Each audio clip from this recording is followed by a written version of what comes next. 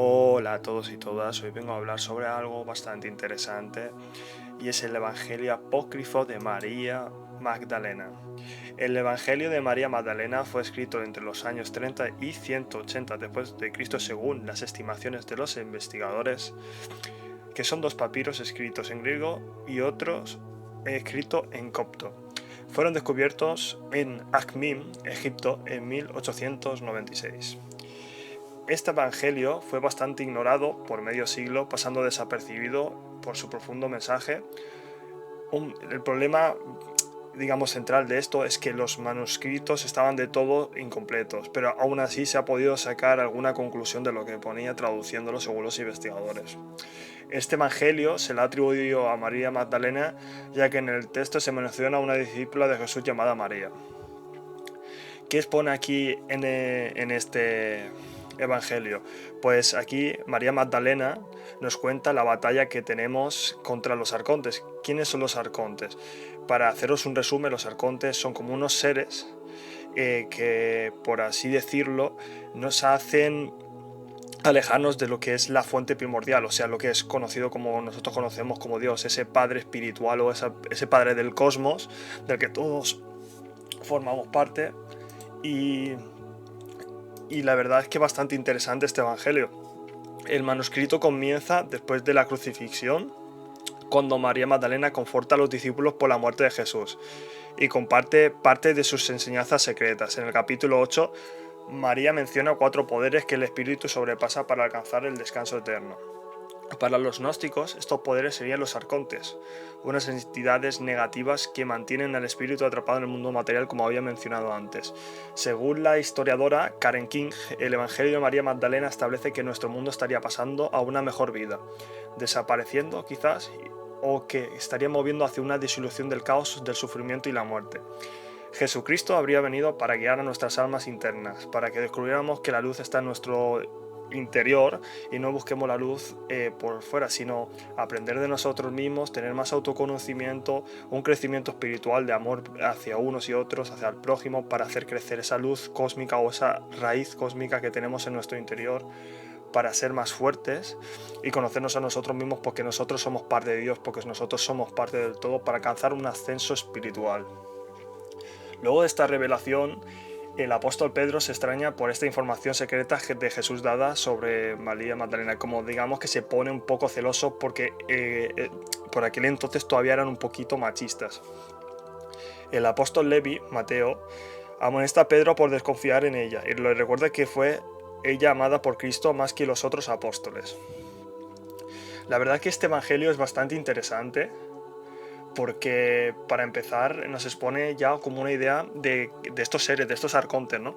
Como decía antes, estos arcontes son como unos seres que llevan aquí desde cuando, yo creo, según las estimaciones que he estudiado y todo esto, que la base, su idea base de estos arcontes, yo creo, opino, según las interpretaciones que yo tomo, según he leído bastante sobre ellos, es que estos seres pertenecen a otra dimensión y a otro tipo de vibración, que en el momento que cuando nosotros no percibimos con esto, porque nosotros pertenecemos a la tercera dimensión, una vez fallecemos, antes de desencarnar totalmente y fijarnos en nuestra luz. Por eso muchas películas que hablaremos de en otros vídeos de el primado negativo, nos exponen que siempre tenemos que ir hacia la luz, tenemos que ir hacia la luz, tenemos que ir hacia la luz, tenemos que ir hacia la luz. Pero, a ver, es como digo, como que nos meten un mensaje subliminal mediante la ficción para lavarnos el cerebro. ¿Qué me quiero referir con esto? Es que este texto evangélico apócrifo no es aceptado principalmente por la iglesia. Ya sabemos que la iglesia cogea de bastantes patas, ni mucho menos me estoy metiendo con la religión, ni quiero conflicto, ni quiero parecer de ninguna manera como anti nada. Solo quiero dar un mensaje que creo que muchos pensamos, ¿no? Que es como que en el año 325, después del concilio de Nicea, el Papa Constantino puso, por así decirlo, los evangelios que le apetecía, en vez de buscar alguna cosa para el bien común, buscaba más un beneficio para la propia iglesia. Entonces, ¿qué me quiero referir con esto también? que antes no es lo mismo que ahora, porque antes también tenemos que pensar que el pensamiento de antes eran, digamos, más clasicista, más machista, que no pensaban tanto que, porque antes, como he leído, Pedro tenía celos de Simón, que se lo conoce pero le llamaron Pedro luego, le tiene celos o rechazo a María por ser mujer y que sepa más que él porque es mujer. O sea, que estos textos datan, como os he dicho, datan de unos años que, según ha sido comprobado por el carbono, de 30 años después de Cristo y 180, o sea, que está más cerca que los propios evangelios.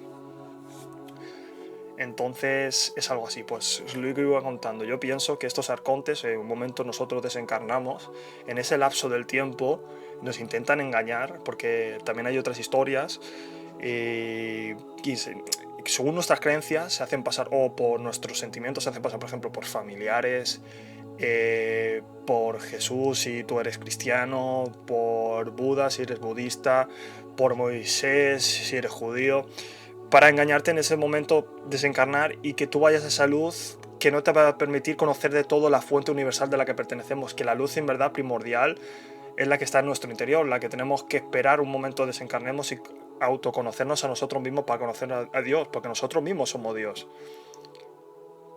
En este texto evangélico quería enseñaros eso, de que María Magdalena dice lo mismo.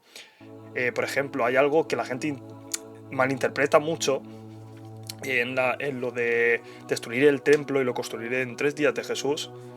Es una cosa, un mensaje claro, y es a lo que me refiero yo, para que veáis esta conexión de lo que os digo. Poneros a pensar que Jesús dijo: yo destruiré el templo de Dios en 3 días. Perdón, destruiré el templo de Dios y lo construiré en 3 días. ¿Qué pasa? ¿Después de cuántos días resucitó Jesús?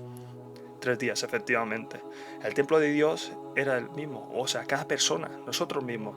Nosotros somos parte del todo, de esa fuente, de ese Dios como lo conocemos. Nosotros también tenemos divinidad, tenemos un don, una naturaleza espiritual que nos quieren privar, que no quieren que nosotros tengamos nuestro autoconocimiento espiritual y que crezcamos espiritualmente.